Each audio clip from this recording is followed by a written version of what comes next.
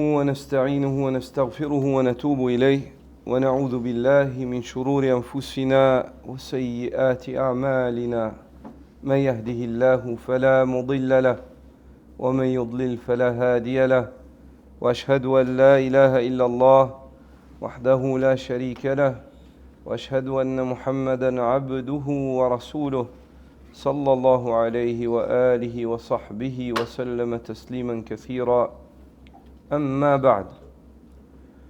En cette nuit du 26 du mois de Sha'ban de l'année 1447 de la hijra du prophète sallallahu alayhi wa sallam, qui correspond au 13 février 2026, j'aimerais étudier avec vous ou évoquer le thème que j'ai traité avec les frères durant la khutbah. J'ai repris cette khutbah-là et je désirais la développer vu son importance avant l'entrée dans le mois de Ramadan.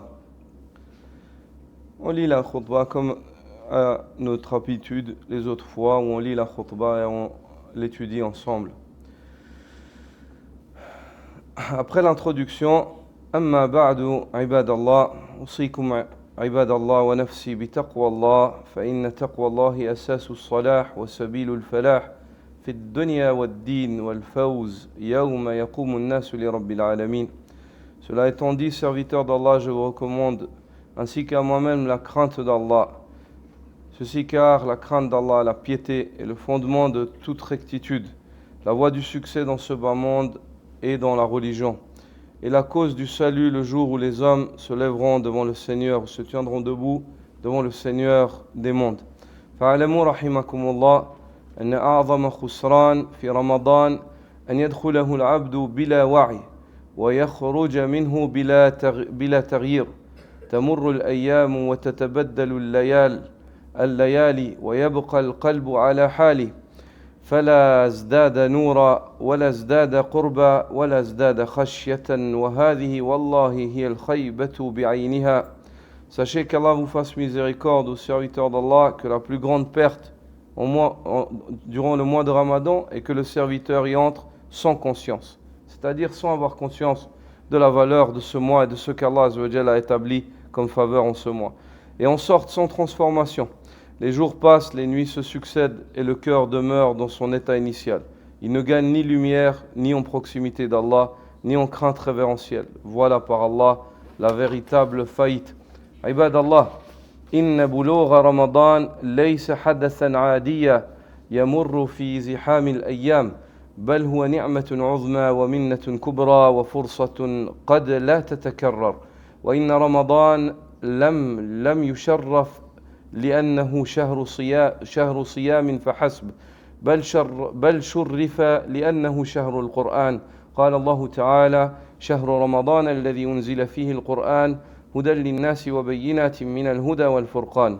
قال ابن كثير رحمة الله تعالى عليه: يمدح تعالى شهر الصيام من بين سائر الشهور بأن اختاره لإنزال القرآن العظيم فيه، فإذا بلغك الله رمضان فقد منحك مهلة بعد مهلة وفتح لك بابا بعد باب وناداك نداء الرحمة أقبل. Serviteur d'Allah, atteindre le mois de Ramadan n'est pas un événement ordinaire parmi la tumulte des jours. C'est une immense faveur, un bienfait majeur et une opportunité qui pourrait ne jamais se renouveler. Ramadan n'a pas été honoré uniquement parce qu'il est le mois du jeûne, mais parce qu'il est le mois du Coran. Allah Azza wa Jal dit dans le sens du verset: le mois du Ramadan au cours duquel le Coran a été révélé comme guide pour les gens, comme preuve claire de la guidée et critère décisif entre le vrai et le faux. Ibn Kathir rahimahullah a dit: Allah a fait l'éloge du mois de Ramadan parmi tous les autres mois en l'ayant choisi par la révélation du noble Coran. Allah Azza wa Jal a vanté le mois de Ramadan, il l'a distingué en ayant choisi ce mois-là pour révéler le Coran. Et lorsqu'Allah Azza wa Jal dit que le Coran a été révélé durant le mois de Ramadan, cela veut dire que le Coran, comme l'a expliqué Abdullah ibn Abbas, il dit: أنزل الله عز وجل القرآن جملة واحدة في سماء الدنيا في رمضان ثم كان ينزل على ummati Muhammadin sallallahu alayhi wa sallam munajjama ay mufarraqa. Allah Azza wa Jal a révélé, dit Ibn Abbas, le Coran dans les cieux du dunya pendant le mois de Ramadan. Il l'a révélé, il a descendu le Coran en un seul bloc. C'est-à-dire tout ce Coran-là, avec les événements qui y figurent, avec ce qui allait advenir. Car dans le Coran, des fois, on a des versets qui traitent de certaines situations qui vont venir par là, qui ont survenu et Allah Azza wa Jal a reproché. Allah Azza wa Jal dit قد سمع الله قول التي تجادلك في زوجها. Allah a entendu la parole de celle qui discute avec toi au sujet de son mari. Ça, c'était pas encore venu. Le Coran, il est déjà descendu. Allah, il a déjà révélé ce verset-là. D'accord, ainsi de suite. Tous ces versets-là, ils sont descendus en un seul bloc, comme dit Ibn Abbas, dans les cieux du dunya. Puis, les versets descendaient sur la communauté du prophète, sallallahu alayhi wa sallam, verset par verset. Sur 21 années, Allah Azza wa Jal descendait le Coran ensuite, verset par verset. Mais tous ces versets-là, ils étaient déjà complétés auprès d'Allah, subhanahu wa ta'ala. Est-ce que c'est clair? Non. Donc ça, Allah Azza wa Jal, quand Allah dit « Shahru Ramadan, alladhi unzila fihi al-Qur'an », le mois du Ramadan, mois au cours duquel nous avons descendu le Coran, ça c'est ce qui est voulu. Ça veut dire qu'Allah a descendu jumlatan wahida. Tout le Coran, il l'a descendu pendant Ramadan, puis il descendait depuis les cieux sur la communauté du prophète sallallahu alayhi wa sallam, ayatan aya, verset par verset, ou des fois une sourate, ou des fois deux versets, ou des fois ainsi de suite, comme Allah Azza wa Jal a révélé le Coran au prophète Muhammad sallallahu alayhi wa alihi wa sahbihi wa sallam. Ibn Kathir, qu'Allah lui fasse miséricorde, donc dit, Allah a fait l'éloge du mois du jeûne parmi tous les autres mois, on l'a choisi pour la révélation du noble Coran et on vient de voir ce que cela veut dire. Si Allah t'a permis donc d'atteindre Ramadan, c'est qu'il t'a accordé un délai. Il t'a accordé un délai. Combien de personnes ne sont pas parmi nous aujourd'hui?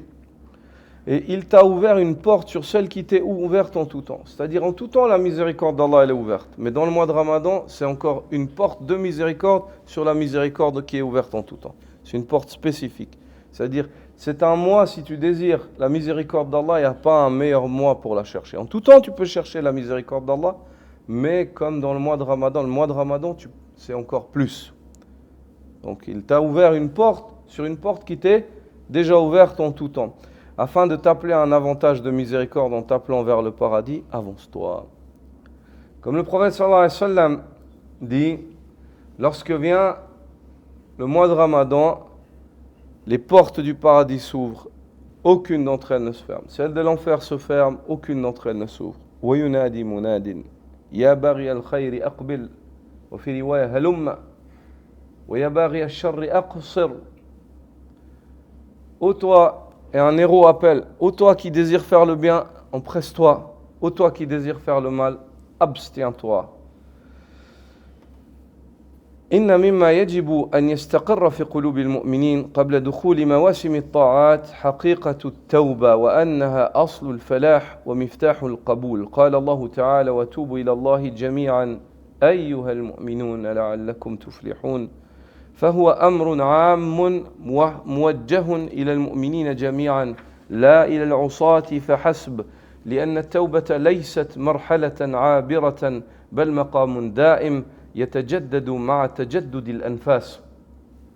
Ce qui doit s'ancrer dans le cœur des croyants avant l'entrée des saisons d'adoration et des moments de vertu, c'est la réalité du repentir et son importance. Le repentir en réalité est la base du succès et la clé de l'acceptation. Allah Azza wa Jal dit, et repentez-vous tous devant Allah, ou repentez-vous tous à Allah, ô vous croyants, afin que vous réussissiez. Ici, cet ordre s'adresse à tous les croyants, non pas seulement aux pécheurs. Allah Azza wa Jalla n'a pas dit « Oh vous qui avez péché, repentez-vous à Allah ». Il a dit « Repentez-vous tous à Allah, ô vous croyants, afin que vous réussissiez ». Car le repentir n'est pas une étape passagère, mais c'est une station permanente qui se renouvelle à chaque souffle. Il est primordial qu'on renouvelle notre repentir constamment. وجاء في الحديث الصحيح عن أبي موسى الأشعري رضي الله تعالى عنه أن النبي صلى الله عليه وسلم قال إن الله عز وجل يبسط يده بالليل ليتوب مسيء النهار ويبسط يده بالنهار ليتوب مسيء الليل حتى تطلع الشمس من مغربها فالفرصة ممدودة والباب مفتوح ما لم تغلق أبواب التوبة بالآية الكبرى. Et dans le hadith d'Abu Moussa al-Ash'ari, qu'Allah l'agrée, le prophète sallallahu alayhi wa sallam a dit: Allah exalté soit-il tend sa main la nuit afin d'accueillir le repentir de celui qui a fauté le jour. Et il tend sa main le jour afin d'accueillir le repentir de celui qui a fauté durant la nuit. Et ceci jusqu'à ce que le soleil se lève de son couchant. L'opportunité donc du repentir demeure ouverte. La porte reste grande ouverte tant que les signes majeurs de l'heure n'ont pas apparu. Et celui qui détermine la fin de l'ouverture de la porte du repentir, c'est la levée du soleil de son couchant. C'est la levée du soleil de son couchant. Quand vient Al-Qiyamah, quand vient la fin des temps. Mais Al-Qiyamah et la fin des temps, elle a deux définitions. Al-Qiyamah al-Amma li jami'i nas lil alamin.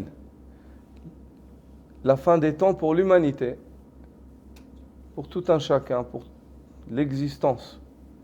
Et cette fin des temps, son signe, c'est an taqoum al-shams, an tatlu al-shams min maghribiha, le fait que le soleil se lève de son couchant. Mais la qiyama pour les individus, lil a'yan, huwa idha ja'a al-ajal. هذه إذا جاء أجلك قامت قيامتك. Et pour les individus, la fin des temps, elle commence quand vient la fin de la vie, quand tu meurs. Quand la mort, elle vient à l'un d'entre nous, sa qiyama, elle est venue. Ça commence pour lui, yawm al-qiyama. Dès que la mort, elle vient, c'est la fin des temps pour lui. C'est la fin des temps pour lui. Donc, deux choses. L'une d'entre elles, at-tawba, pour l'humanité, elle s'arrête lorsque le soleil se lève de son couchant, et ça c'est pour l'humanité. Et pour les individus, elle s'arrête lorsque l'âme vient au gosier. Lorsque l'âme vient au gosier. Lorsque la mort elle arrive, à ce moment-là, il n'y a plus de tawba pour cette personne. Donc ça c'est le délai de la tawba. Un délai général pour l'humanité, c'est le fait que le soleil se lève de son couchant. Et un délai pour les individus, d'une manière précise, tout un chacun, c'est le fait que l'ange de la mort lui vienne. C'est le fait que l'ange de la mort lui vienne.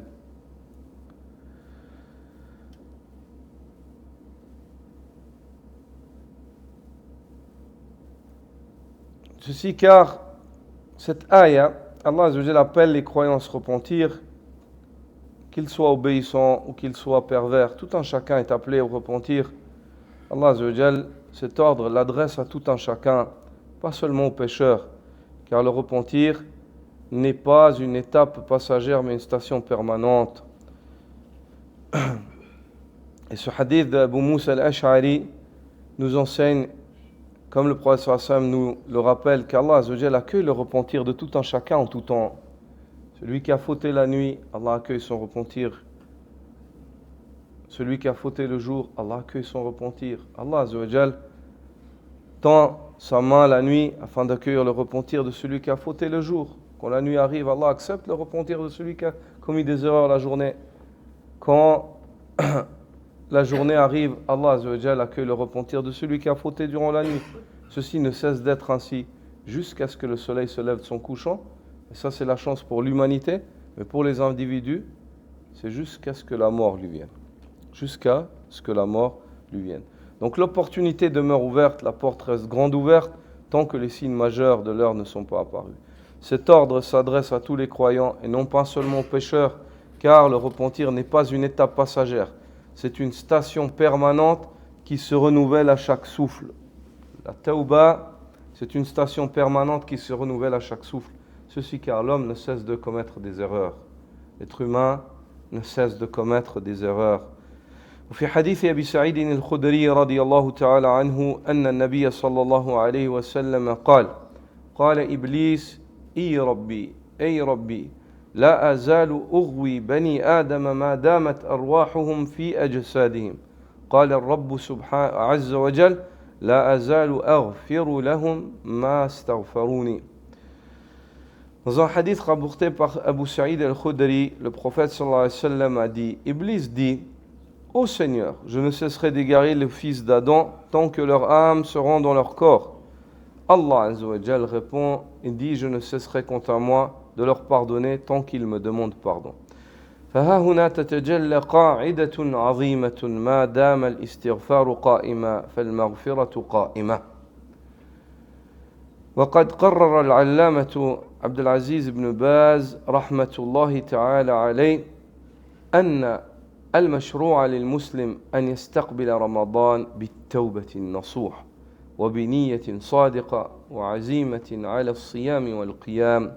Voici donc une règle immense que l'on tire de ce hadith, de ces principes qu'on vient d'évoquer, c'est que tant que l'imploration du pardon subsiste, le pardon demeure. Tant que l'imploration du pardon subsiste, le pardon demeure.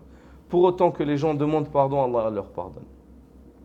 Quoi que tu aies fait, pour autant que tu demandes pardon, Allah Azza wa Jal pardonne. Et le grand savant, Cheikh Abdelaziz ibn Baz, rahimahullah, a affirmé qu'il est prescrit aux musulmans d'accueillir le mois de Ramadan par un repentir sincère, une intention véridique et une ferme résolution de jeûner et de veiller en prière. Il fait partie des principes religieux le fait de se préparer à l'accueil du mois de Ramadan par la tawba, de se repentir avant le mois de Ramadan. وكان السلف يعدون العدة لرمضان قبل دخوله ومن أعظم الإعداد جلاء القلوب بالتوبة لأن القلب المثقل بالذنوب لا يحسن حمل الطاعات. Les pieux prédécesseurs se préparaient à Ramadan avant son arrivée. Et parmi les plus grandes préparations qu'ils préparaient à la venue de ce mois figure le polissage des cœurs par le repentir. Ils polissaient, ils nettoyaient leur cœur par at-tawba, car un cœur alourdi par les péchés ne peut supporter convenablement les actes d'obéissance. Ibadallah, inna at-tawbata ila Allah jalla wa ala min jami'i adh-dhunub saghiraha wa kabiraha zahiraha wa batinaha wajibatun ala kulli muslim في كل حين كما قال سبحانه وتوبوا إلى الله جميعا أيها المؤمنون لعلكم تفلحون ولكن تجديدها قبل مواسم الخير له أهمية خاصة إذ التوبة من أسباب تهيئة القلب كما قيل التخلية قبل التحلية فتخلية القلب وتطهيره من ذنوب الشهوات والشبهات تجعل القلب مستعدا مهيئا للقيام في تلك المواسم بما أوجب الله وبالتزود من الخير والمسابقة مع المتسابقين بل وتجده مقبلا على ربه جل وعلا وذلك لزوال حجب الذنوب عنه كما يقول ابن قدامة رحمه الله في كتابه منهاج القاصدين إن الذنوب حجاب عن المحجوب والانصراف عما يبعد عن المحجوب واجب. Serviteur d'Allah, le repentir envers Allah, exalté soit-il, de tous les péchés, qu'ils soient grands ou petits, apparents ou cachés, est une obligation pour chaque musulman en tout temps. Comme Allah Azza wa Jalla l'a évoqué, et nous avons évoqué le verset précédemment, et repentez-vous. Ici, c'est venu sous une forme impérative. Donc, c'est une obligation. Repentez-vous à Allah en vous croyant afin que vous réussissiez. Cependant, renouveler le repentir avant les saisons de bien, de khayr, possède une importance particulière. Le repentir fait partie des causes qui préparent le cœur. Comme il a été dit, la purification précède l'embellissement. Avant de t'embellir, il faut te purifier. Ainsi, purifier le cœur et le débarrasser des péchés liés aux passions et aux ambiguïtés le rend prêt et disposé à accomplir durant des périodes bénies ce qu'Allah a rendu obligatoire, à se pourvoir de bonnes œuvres, à rivaliser avec les concurrents dans le bien et même à se tourner pleinement vers son Seigneur, exalté soit-il. Cela parce que les voiles des péchés se dissipent. Comme l'a dit Ibn Qudama dans son livre Minhaj al-Qasidin, les péchés sont un voile entre le serviteur et le bien-aimé. Et se détourner de ceux qui éloignent du bien-aimé est une obligation. Se détourner de ceux qui éloignent du bien-aimé est une obligation. المعاصي حجاب عن المحبوب والانصراف عما يحجبك عن المحبوب واجب يعني يجب أن تبتعد عما يبعدك عن الله عز وجل. Comme il l'a dit, Ibn Qudama, les péchés sont un voile qui t'éloigne du bien-aimé, ça t'éloigne d'Allah Azza wa Jal. Et le fait de t'éloigner de ceux qui t'éloignent d'Allah est une obligation. Le fait de t'éloigner de ceux qui t'éloignent d'Allah est une obligation. ومن تأمل حال التائب قبل موسم الخير تجده إذا دخل الموسم له قلب مستعد مهيأ لما يوضع فيه من التحلية والخير. Et celui qui médite sur l'état du repentant avant la saison du bien constate que lorsqu'il entre dans cette période bénie, son cœur est prêt et préparé à recevoir les ornements spirituels et les bienfaits qu'on y dépose. قال ابن القيم رحمه الله في كتابه الفوائد قبول المحل لما يوضع فيه مشروط بتفريغه من ضده وهذا كما أنه يكون في الذوات والأعيان كذلك هو في الاعتقادات والإرادات فلذلك القلب المشغول بمحبة غير الله وإرادته والشوق إليه والأنس به لا يمكن شغله بمحبة الله وإرادته وحبه والشوق إلى لقائه إلا بتفريغه من تعلقه بغيره. Et l'érudit Ibn al-Qayyim, qu'Allah lui fasse miséricorde, dit dans son ouvrage Al-Fawaid, l'aptitude d'un réceptacle à accueillir ce qu'on y place est conditionnée par le fait qu'il soit vidé de son contraire. Un récipient, sa capacité d'accueillir ce qu'on veut y placer de bien, si tu veux placer quelque chose de pur dans un récipient, tu dois d'abord le nettoyer des saletés qu'il y a. Comme ça, il est prêt à accueillir le khayr qui va y être placé. Ibn al-Qayyim ici parle du cœur et dit l'aptitude d'un réceptacle à accueillir ce qu'on y place est conditionnée par le fait qu'il soit vidé de son contraire, de ce qui s'oppose à ce qui va être placé. De même que cela vaut pour les réalités concrètes et matérielles. Il en est ainsi pour les croyances et volontés. C'est-à-dire, pour les choses matérielles, Ibn al-Qayyim te donne un effet de comparaison, il dit cela vaut pour les choses qui sont matérielles, c'est-à-dire tu veux placer quelque chose de propre dans un réceptacle, tu dois le nettoyer de ce qu'il y a comme saleté. Tu dois le nettoyer de ce qu'il y a comme saleté. Donc tu veux placer quelque chose de propre dans un récipient, tu dois le nettoyer de ce qu'il y a comme saleté. Une fois que tu as nettoyé ces saletés-là, à ce moment-là, tu peux commencer à mettre ce qui est propre. Mais s'il y a quelque chose comme d'impur dans le réceptacle et tu mets quelque chose de pur dedans, ça n'a aucun sens. Ça n'a aucun sens. Il faut d'abord le vider de son contraire, puis ensuite mettre ce qu'il y a de pur dedans. Il dit, il en est de même. Si ça, c'est la réalité pour les choses matérielles que l'homme connaît, et pour lui c'est très logique, il en va de soi pour les choses qui traitent de l'âme, spirituelle. Tu ne peux pas mettre une bonne croyance dans un cœur qui ne s'est pas débarrassé de la mauvaise croyance. C'est-à-dire, tu veux mettre une bonne croyance dans le qadar, tu dois déjà nettoyer ce qu'il y a de mal par rapport à la croyance dans le qadar. Tu veux mettre une bonne croyance dans les noms et les attributs, tu dois chasser ce qu'il y a de mal dans ta croyance dans les noms et les attributs, ensuite instaurer et mettre la bonne croyance. Tu veux mettre une bonne croyance dans ce qui traite de la foi dans les malaïkas ou jour dernier, ainsi de suite, tu dois débarrasser tout ce qu'il y a comme mauvaise croyance, puis ensuite tu dois instaurer. Pareil, pour les bonnes actions, pour les bonnes paroles. Vient un moment où tu veux remplir cet espace de temps de bonnes paroles, tu dois te débarrasser des mauvaises paroles. Vient un temps de bons actes, tu dois te débarrasser des mauvais actes, et ainsi de suite. Donc il faut d'abord se purifier et se repentir et revenir à Allah Azza wa Jal, puis ensuite se parer et s'embellir par les actes qu'Allah subhanahu wa ta'ala a légiférés.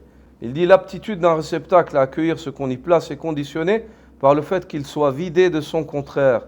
De même que cela vaut pour les réalités concrètes et matérielles, il en est ainsi pour les croyances et volontés. Puis il dit, ainsi un cœur occupé par l'amour d'autre qu'Allah, par la volonté de ce qui n'est pas de ce qui ne revient pas à Allah, par l'aspiration vers autre que lui et par l'attachement à autre que lui, ne peut être rempli de l'amour d'Allah, de sa volonté, du désir de le rencontrer et de la nostalgie de sa proximité, qu'à condition d'être d'abord vidé de tout attachement autre que lui. Un cœur qui est attaché à autre qu'Allah, il ne peut pas s'attacher à Allah. Jusqu'au jour où il est vidé de l'attachement d'autre qu'Allah subhanahu wa ta'ala. C'est-à-dire, il doit s'attacher à Allah exclusivement. Pour cela, il doit se détacher de l'attachement d'autre qu'Allah. Une personne qui voue un culte au mausolée, aux tombes, il est attaché à des divinités ou à des morts ou à des saints. Et puis il dit être attaché à Allah en même temps. Wallah, il n'est pas attaché à Allah. Jusqu'au jour où il débarrasse de son cœur son attachement autre qu'Allah. C'est-à-dire, il aime Allah, il espère Allah, il craint Allah, il attend de le rencontrer. Il n'espère pas autre que lui par son culte. À ce moment-là, alhamdulillah, le cœur, il est attaché à Allah. Pourquoi ? Parce qu'il s'est débarrassé de la souillure du shirk qu'il y avait en lui. Il s'est débarrassé de la souillure du shirk, de l'impureté du shirk qu'il y avait en lui. À ce moment-là, ce cœur, il est prêt à se parer, à s'embellir par le tawhid. ولهذا كانت التوبة والتخلي من كل ما يصد القلب عن الطاعة مطلبا مهما لكل لبيب يريد النجاة لنفسه لينعم بالذكر والصلاة ويعيش مع النفحات الربانية والمعاني الإيمانية. C'est pourquoi le repentir est le fait de se délester de tout ce qui détourne le cœur de l'obéissance à Allah constitue une exigence essentielle pour toute personne douée d'intelligence qui souhaite le salut pour elle-même, afin de goûter à la douceur du zikr et de la prière et de vivre au rythme des souffles divins et de la signification de la foi. أيها المؤمنون إن التوبة النصوح قبل مواسم الخير من أسباب تطهير القلب من أدران الذنوب والمعاصي وتهيئة للسير في مدارج السالكين والرقي في درجات المقربين إذ المعاصي والذنوب حجب وأقفال على القلب تمنعه وتثبطه عن السير إلى الله عز وجل.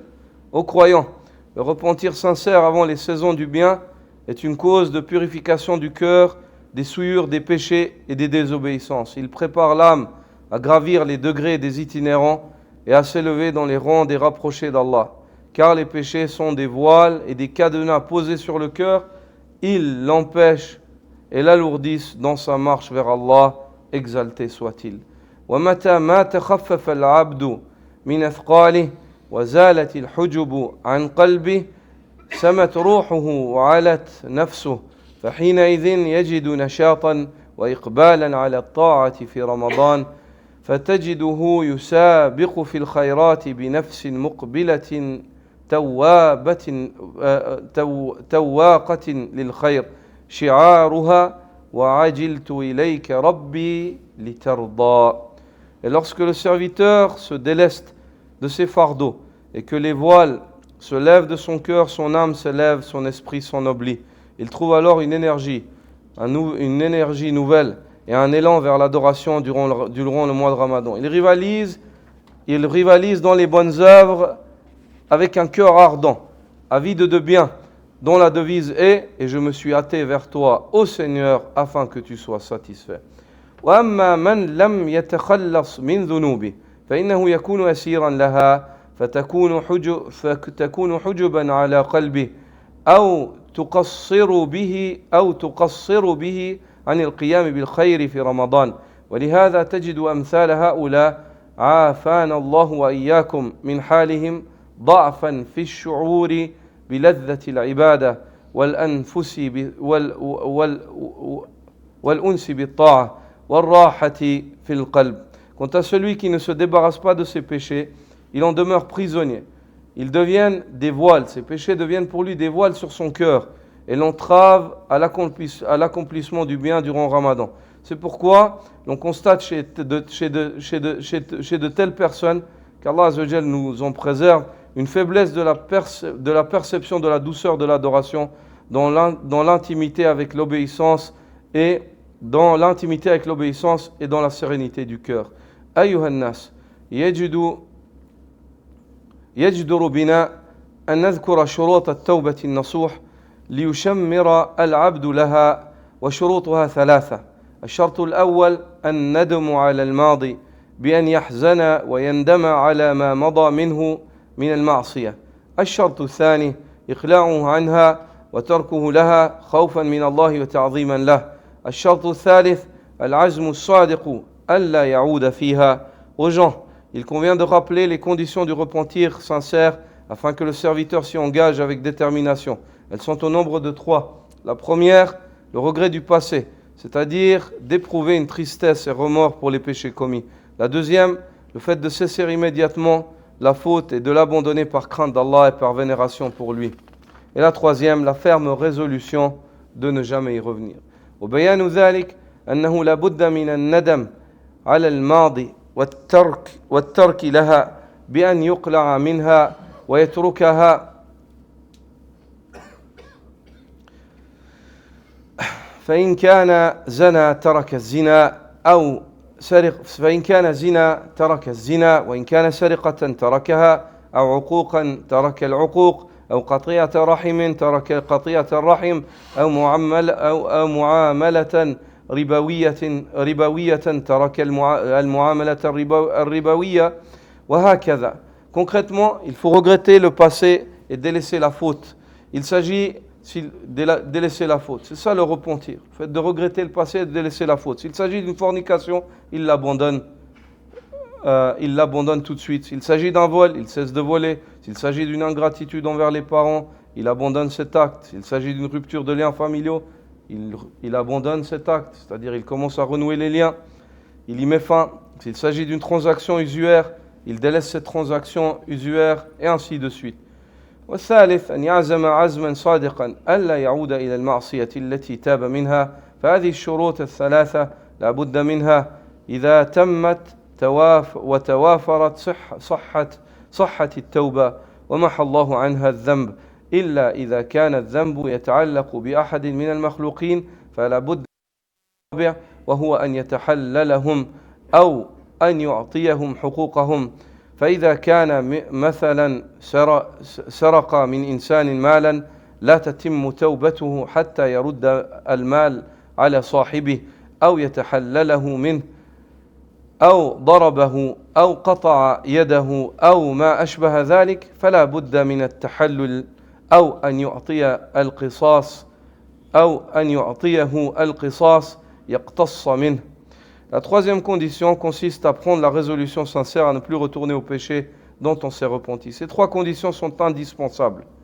Si elles sont réunies, le repentir est valide et Allah efface le péché par celui-ci.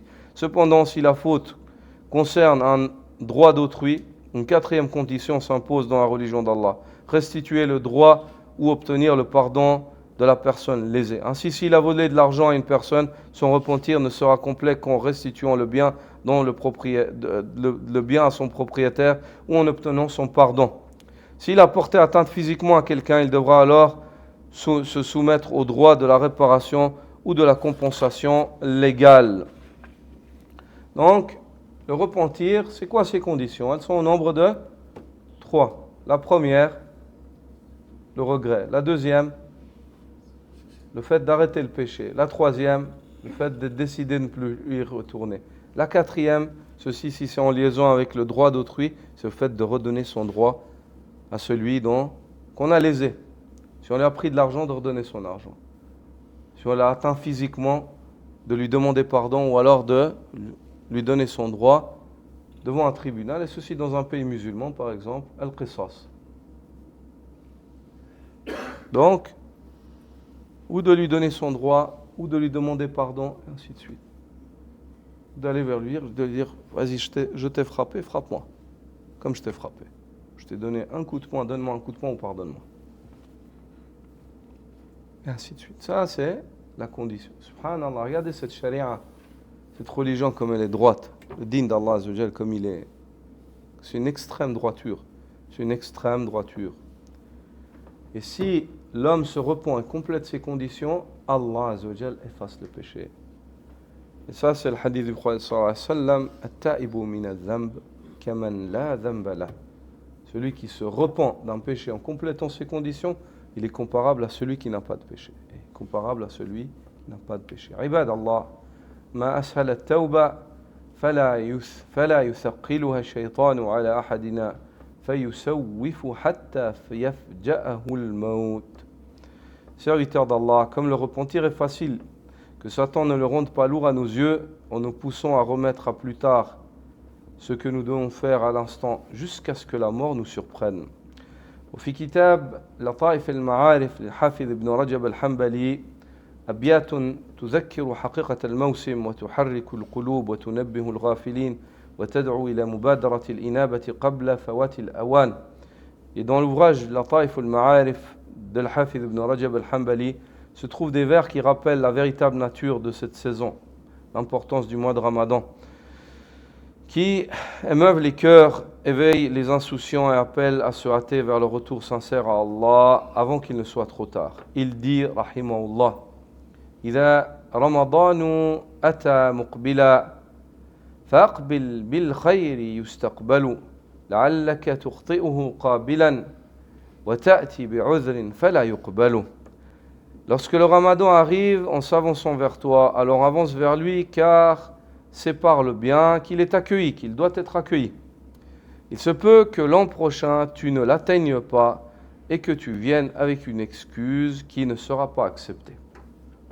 Puis il dit, وَكَمْ مِنْ أَمَّلَ أَنْ يَصُومَ هَذَا الشَّهْرَ فَخَانَهُ أَمَلُهُ فَصَارَ قَبْلَهُ إِلَى ظُلْمَةِ الْقَبْرِ وَكَمْ مِنْ مُسْتَقْبِلٍ يَوْمًا لَا يَسْتَكْمِلُهُ ومؤمل غدا لا يدركه إنكم لو أبصرتم الأجل ومسيره لأبغضتم الأمل وغروره. Il dit, rahimahullah, combien sont ceux qui espéraient jeûner ce mois, mais dont l'espoir les a trahis et qui ont été précédés vers l'obscurité de la tombe. Combien de personnes espéraient attendre Ramadan cette année? Aujourd'hui, ils sont dans l'obscurité de la tombe, ils ne peuvent pas jeûner. Combien sont ceux qui ont accueilli un jour sans pouvoir l'achever? Ils ont commencé une journée, mais ils ne l'ont pas terminée. La mort est venue les interrompre. Et combien espèrent le lendemain sans jamais l'atteindre? Combien de personnes disent demain, je vais faire ça, mais ils ne l'ont jamais atteint? Si vous pouviez voir l'échéance et sa marche inéluctable, si vous pourriez voir comment arrive le moment, et vous pouvez vous rendre compte comment arrive le moment dans lequel vous n'avez plus le choix, vous détesteriez l'illusion des espoirs et leur tromperie. Si vous rendiez réellement compte, si on se rendait réellement compte de la réalité de ce que veut dire al-ajal, qu'on vient le moment, paf, et que tu ne peux plus rien faire, tu es impuissant, tu es foudroyé par le décret d'Allah, le fait que tu puisses plus aller, et plus rien faire, plus rien dire, plus rien. Si vous rendiez compte et vous verriez ça, dit Ibn Rajab, vous détesteriez l'illusion et les faux espoirs. Si vous rendiez compte de ça, vous détesteriez l'illusion, le fait de dire, mais demain je vais faire ça, plus tard, j'attends, je me repens, j'attends Ramadan. Non, te repens, maintenant tu fais tawbah. Puis il dit, Ya dhalladhi ma kafahu dhanbu في رجب حتى عصى ربه في شهر شعبان لقد ظلك شهر الصوم بعدهما فلا تصيره أيضا شهر عصيان واتل القرآن وسبح فيه مجتهدا فإنه شهر تسبيح وقرآن فاحمل على جسد ترجو النجاة له فسوف تضرم أجساد بنيران كم كنت تعرف ممن صام في سلف من بين أهل وجيران وإخوان أفناهم الموت أفناهم الموت واستبقاك بعدهم حيا فما أقرب القاصي من الداني ومعجب بثياب العيد يقطعها فأصبحت في غد أثواب أكفان حتى يعمر الإنسان مسكنه مصير مسكنه قبر لإنسان. Il dit: Ô toi, à qui les péchés commis durant le mois de Rajab n'ont pas suffi, au point de désobéir encore à ton Seigneur durant le mois de Sha'ban, voici que le mois du jeûne t'a couvert de son ombre après eux. Ne transforme pas lui aussi en mois de désobéissance. Récite le Coran et glorifie Allah avec ardeur durant ce mois, car il est le mois de la glorification et du Coran. Contrains ton corps si tu espères pour lui le salut, car des corps seront bientôt attisés dans les flammes. Combien de personnes connaissais-tu parmi ceux qui jeûnaient autrefois, parmi ta famille, tes voisins et tes frères? La mort les a emportés et t'a laissé vivant après eux. Combien le lointain est proche du proche. Combien le lointain est proche du proche. Combien se réjouissait-il combien se réjouissait-il en taillant ses vêtements de fête, et ils devinrent pour eux le lendemain des linceuls. L'homme bâtit et embellit sa demeure, mais l'ultime demeure de l'homme est sa tombe. C'est-à-dire l'homme, il bâtit, embellit sa demeure pour l'Aïd, pour la fête, il s'embellit, mais l'ultime demeure de l'homme, c'est sa tombe. Ibadallah. رمضان ليس عادة سنوية بل عبادة تبنى على الإيمان والاحتساب. قال النبي صلى الله عليه وسلم: من صام رمضان إيمانا واحتسابا غفر له ما تقدم من ذنبه. وقال صلى الله عليه وسلم: من قام رمضان إيمانا واحتسابا غفر له ما تقدم من ذنبه. Serviteur d'Allah, le mois de Ramadan n'est pas une habitude annuelle, mais c'est plutôt une adoration fondée sur la foi et la recherche sincère de récompense. Le prophète sallallahu alayhi wa sallam dit: celui qui jeûne le mois de Ramadan avec foi et espoir de récompense, ses péchés précédents lui seront pardonnés. Et il dit de même: celui qui prie durant les nuits de Ramadan avec foi et espoir de récompense, ses péchés précédents lui seront pardonnés. قال النووي رحمه الله: إيمانا تصديقا بأنه حق واحتسابا يريد الله تعالى وحده. L'imam al-Nawawi explique ce hadith et dit: lorsque le prophète sallallahu alayhi wa sallam dit avec foi, cela signifie en croyant en l'obligation du jeûne et en sa véracité. C'est une obligation qui vient d'Allah, c'est véridique. Et ihtisaban, à la recherche de la récompense, en espérant la récompense, il dit cela signifie en ne visant qu'Allah seul, en espérant par son jeûne et sa prière le visage d'Allah azza wa jalla. فالقضية ليست إمساكا عن الطعام فحسب بل انقطاعا إلى الله وليست قياما بالتراويح فقط بل تزكية للنفس وليست دموعا عابرة بل عهودا متجددة. Il ne s'agit donc pas simplement de s'abstenir de nourriture, mais de se détacher de ce de quoi Allah azza wa jalla nous a demandé de nous détacher pour Allah. Il ne s'agit pas seulement de prier le tarawih et de se tenir debout, mais de chercher à purifier son âme par cette prière. Il ne s'agit pas de larmes passagères durant le mois de Ramadan, mais des engagements qui sont renouvelés avec Allah et qui sont sincères et qui tiennent. Il ne s'agit pas juste de pleurer parce qu'on est ému pendant des soirées ou comme ça.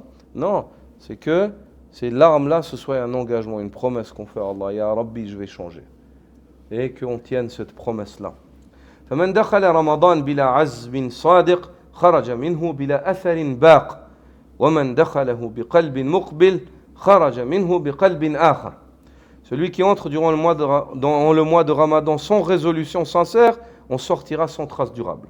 Celui qui pénètre le mois de Ramadan sans résolution sincère, on sortira sans trace durable. C'est-à-dire que si la personne sort du mois de Ramadan, qu'il ne change pas et que Ramadan ne l'a pas impacté, c'est-à-dire qu'il faut qu'il se pose la question, est-ce qu'il était sincère durant ce mois-là avec son jeûne et sa prière?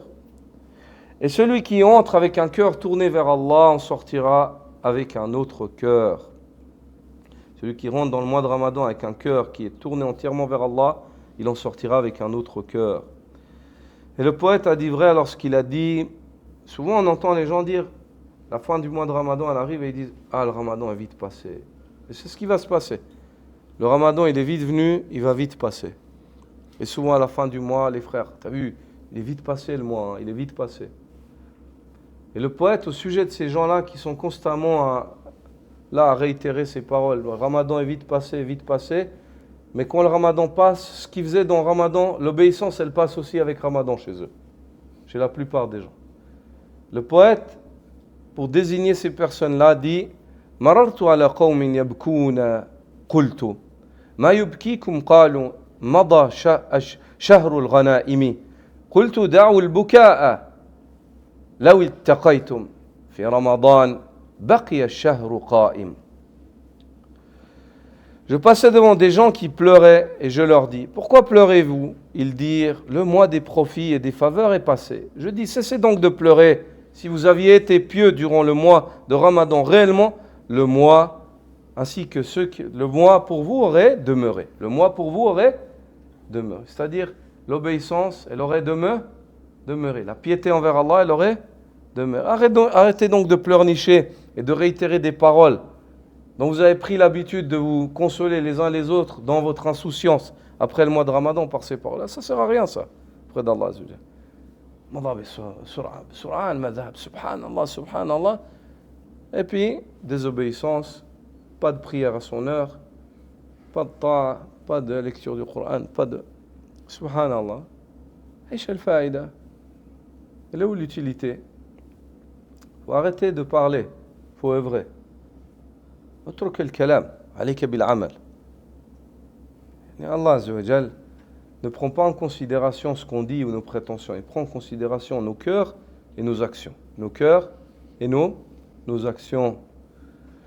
نسأل الله أن يجعلنا ممن يدرك رمضان فيغتنمه ويصومه إيمانا واحتسابا ويقومه خاشعا متبتلا فيخرج منه مغفورا له قد تبدلت حاله واستنار قلبه واستقامت طريقه.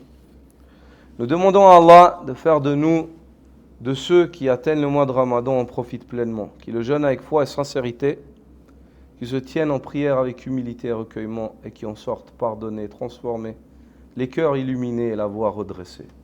Subhanakallahumma bihamdika ashhadu an la ilaha illa ant astaghfiruka wa atubu ilayk.